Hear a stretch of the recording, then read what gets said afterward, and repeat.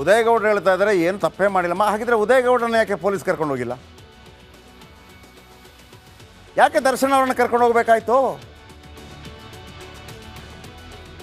ಉದಯಗೌಡರನ್ನ ಕರ್ಕೊಂಡು ಹೋಗ್ಬೇಕಿತ್ತಲ್ಲ. ಉದಯಗೌಡರನ್ನ ಯಾಕೆ ಯಾರು ಕರ್ಕೊಂಡು ಹೋಗಿಲ್ಲ? ಯಾಕಂದರೆ ನೀವು ಅದರಲ್ಲಿ ಇನ್ವಾಲ್ವ್ ಇಲ್ಲ. ಆಮೇಲೆ ಒಂದು ಹೆಣ ಬಿದ್ದಿದೆ ಅಲ್ಲಿ, ಪೊಲೀಸರು ತನಿಖೆ ನಡೆಸ್ತಾ ಇದ್ದಾರೆ.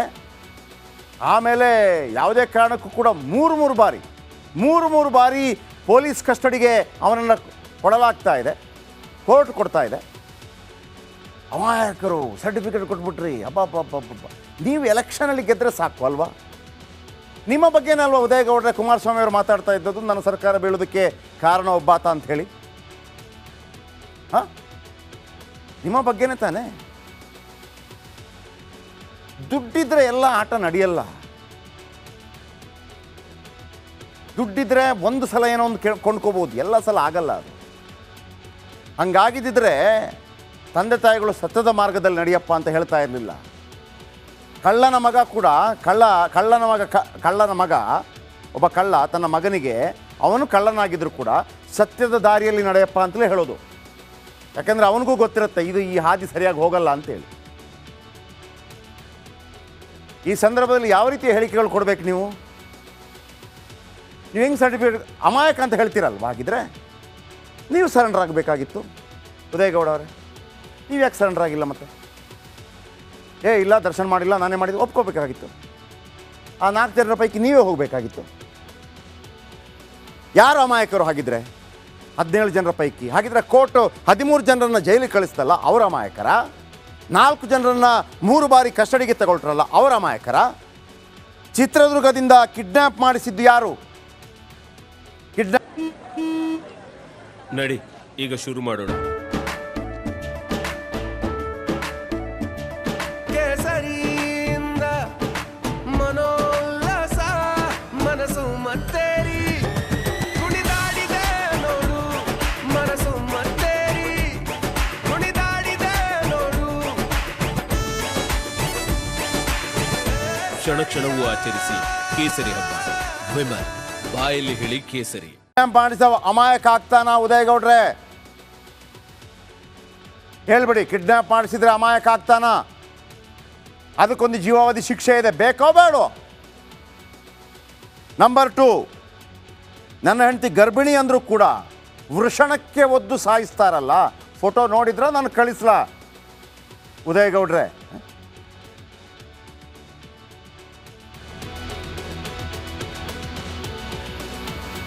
ಚಿತ್ರದುರ್ಗದಿಂದ ಕಿಡ್ನ್ಯಾಪ್ ಮಾಡಿಸಿದ್ದು ಯಾರು?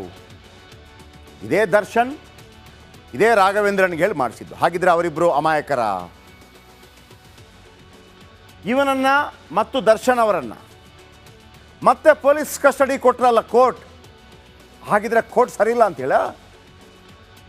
ಅಂತ ಹೇಳ್ತಾ ಇದ್ದೀರಾ? ನಂಬರ್ 2, ನನ್ನ ಹೆಂಡತಿ ಗರ್ಭಿಣಿ ಅಂತ ಹೇಳಿದ್ರು ಕೂಡ ನೆನ್ನೆ ಒಂದು ಫೋಟೋ ನಾನು ಕಳಿಸಿದ್ದೆ ನಿಮಗೆ, ಅಂದರೆ ತೋರಿಸಿದ್ದೆ ಯಾವ ರೀತಿ ಹಿಂಸೆ ಕೊಟ್ಟಿದ್ದಾರೆ ಅಂತೇಳಿ. ಅದು ಯಾರು ಹಿಂಸೆ ಕೊಟ್ಟಿದ್ದು? ಏಲಿಯನ್ಸ್ ಬಂತ ಬೇರೆ ಬೇರೆ ಗ್ರಹದಿಂದ ಉದಯಗೌಡ್ರೆ?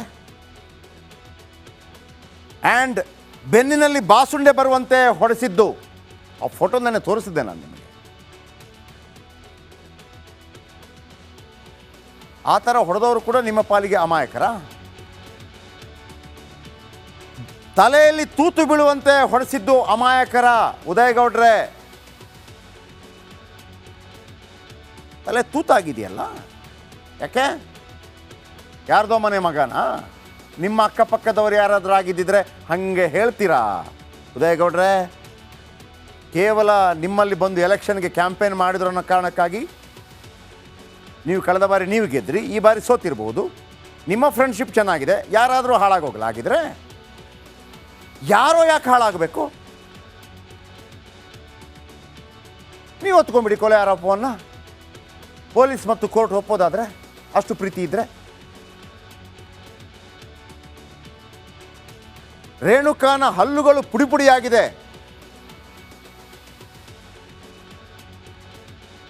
ಪೊಲೀಸರು ಕೋರ್ಟ್ಗೆ ಕೊಟ್ಟಂತ ಮಾಹಿತಿ ಅದು. ಯಾರು ಹುಡಿ ಮಾಡಿದ್ದು? ಈ 17ರಲ್ಲಿ ಯಾರೋ ಒಬ್ಬನೇ ಅಲ್ವಾ ಅವರ ಅಮಾಯಕರ? ದವಡೆ ಮುರಿದು ಹಾಕಿದ್ದ ಗ್ಯಾಂಗ್ ದವಡೆ ಮುರಿದು ಹಾಕಿದೆ, ದವಡೆಯನ್ನು ಮುರಿದು ಹಾಕಿದೆ. ಯಾರವರು? ಅಮಾಯಕರ. ಮರ್ಮಾಂಗಕ್ಕೆ ಒದ್ದು ವೃಷಣ ಒಡೆದಿದ್ದಾರೆ. ಆ ಫೋಟೋ ನೋಡಿದ್ರ ಉದಯಗೌಡ್ರೆ? ಸಪೋರ್ಟ್ ಮಾಡೋದಕ್ಕೊಂದು ಲಿಮಿಟ್ ಇಲ್ವಾ? ಅವರನ್ನು ಅಮಾಯಕರು ಅಂತ ಕರಿತೀರ ಅಂದರೆ ಆ ನೋವು ನಿಮಗಲ್ವಲ್ಲ, ಯಾರ್ದೋ ಬಡವನ ಮನೆ ನೋವು, ನಿಮಗೆ ಫ್ರೆಂಡ್ಶಿಪ್ ಮುಖ್ಯ. ಅವರು ಅಮಾಯಕರು. ಪಕ್ಕೆಲುಬು ಮುರಿಯೋ ಹಾಗೆ ಹೊಡೆದಿದ್ದಾರಲ್ಲ, ಯಾರಾದರೂ ಬಂದು ನಿಮ್ಮ ಅಕ್ಕಪಕ್ಕದವರಿಗೆ ಪಕ್ಕೆಲುಬು ಬರೆದ್ರೆ ಅಣ್ಣ ನೀನು ಅಮಾಯಕ ಅಂತ ಹೇಳ್ಬಿಡ್ತೀರ ನೀವು?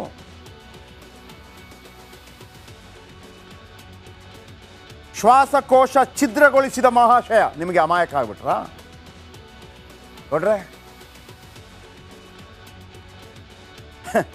ಕರೆಂಟ್ ಶಾಕ್ ಕೊಟ್ಟರು ಕೊಂದಿದ್ದಾರೆ ಅಂಥೇಳಿ ಪೊಲೀಸ್ ಎನ್ಕ್ವೈರಿಯಲ್ಲಿ ಮಾಹಿತಿ ಅದನ್ನು ಕೋರ್ಟ್ಗೆ ಸಲ್ಲಿಸಲಾಗಿದೆ.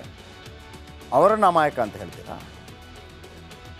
ಹಾಗಿದ್ದರೆ ಸಿದ್ದರಾಮಯ್ಯನವರು ಹೇಳಿದ್ರಲ್ಲ, ಯಾವುದೇ ಕಾರಣಕ್ಕೂ ನಾನು ಹಸ್ತಕ್ಷೇಪ ಮಾಡಲಾರೆ ಅಂತ ಹೇಳಿದ್ರಲ್ಲ, ಅಂದರೆ ನೀವು ಸಿದ್ದರಾಮಯ್ಯನವರಿಗೆ ಸರಿ ಮಾಹಿತಿ ಇಲ್ಲ ಅಂತ ಹೇಳ್ತಾ ಇದ್ದೀರಾ?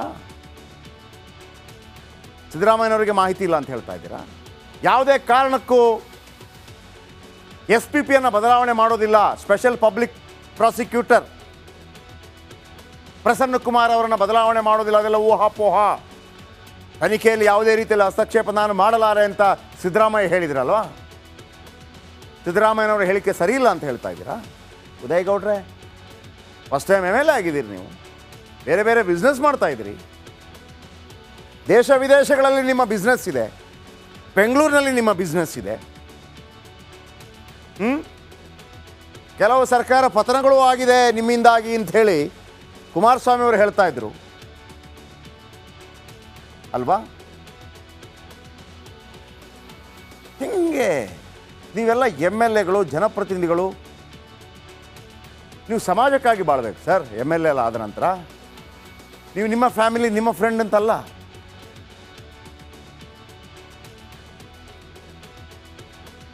ಇನ್ನು ದರ್ಶನ್ ಅಭಿಮಾನಿಗಳು ಬಾಸು ಬೇಗ ರಿಲೀಸ್ ಆಗ್ತಾರೆ, ಅವರ ಸಿನಿಮಾ ಬಿಡುಗಡೆಯಾಗಿ ಸೂಪರ್ ಡೂಪರ್ ಹಿಟ್ ಆಗುತ್ತೆ ಅಂತ ಕನಸಲ್ಲಿದ್ದಾರೆ. ಆದರೆ ಶಾಸಕರು, ಸಚಿವರು, ಸಂಸದರು ಎಷ್ಟೇ ಪ್ರಯತ್ನ ಪಟ್ಟರೂ ಕೂಡ ದರ್ಶನ್ ಅವರನ್ನು ಬಿಡಿಸೋಕೆ ಆಗ್ತಾ ಇಲ್ಲ.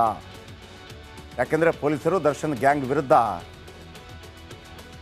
ಕೋಖಾ ಅಸ್ತ್ರ ಬಳಸಲು ಮುಂದಾಗಿದ್ದಾರೆ. ಕೋಖಾ ಅಸ್ತ್ರ, ಒಂದು ವೇಳೆ ಕೋಖಾ ಪ್ರಯೋಗವಾಯಿತು ಅಂತ ಇಟ್ಕೊಳ್ಳಿ, ಈ ಶಾಸಕರು, ಸಚಿವರು, ಉದಯಗೌಡರು